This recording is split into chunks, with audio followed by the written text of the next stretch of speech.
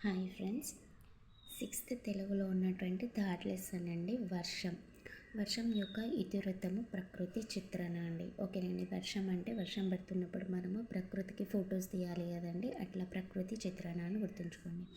ప్రక్రియ అనేది ఖండకావ్యం అండి. డాక్టర్ పల్లా దుర్గయ్య 1914 1983. ఓకేనండి. 1914 1983. వస్తు వైవిధ్యం కలిగిన ఖండికలతో కూడినది ఖండకావ్యం. ఓకేనండి. ఖండకావ్యం అంటే ఖండికలతో కూడినది.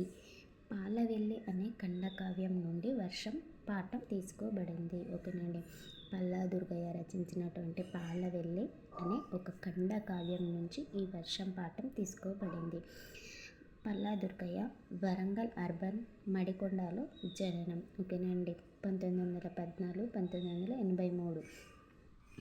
వరంగల్ అర్బన్ జిల్లా మడికొండ గ్రామం. ఓకేనండి. నర్సమ్మ పాపయ్య శాస్త్రి తల్లిదండ్రులు. ఓయూ విశ్వవిద్యాలయం నుండి తెలుగులో MA పట్టా అందుకున్నాడు. రచనలు పాలవెల్లి గంగిరెద్దు. ఓకేనండి. 16వ శతాబ్దం యందలి ప్రబంధ వాంగ్మయం. ఓకేనండి. పల్లా దుర్గయ్య 16 ప్రబంధ వాంగ్మయం. తద్వికాసం. ఓకేనండి. తద్వికాసం పై పరిశోధన చేశారు.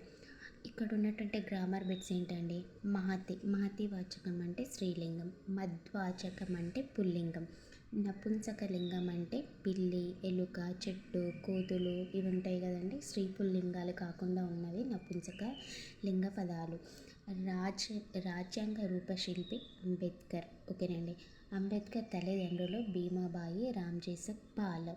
ఈ రామ్జీసక్ పాల్ మధ్యప్రదేశ్లో ఉద్యోగంలో ఉండేవారు. మహారాష్ట్రలోని రత్నగిరి జిల్లా. ఓకేనండి. వీళ్ళ ఊరు మహారాష్ట్రలోని రత్నగిరి జిల్లా, కానీ అంబేద్కర్ పుట్టింది మాత్రం మధ్యప్రదేశ్లోని మౌ అనే గ్రామం. ఓకేనండి. 1907లో మెట్రికులేషన్ పూర్తి చేశాడు. అతిపెద్ద లైబ్రరీ లండన్ లైబ్రరీ. ఓకేనండి. బొంబాయి లెజిస్లేటివ్ కౌన్సిల్ సభ్యునిగాను నామినేట్ అయ్యాడు.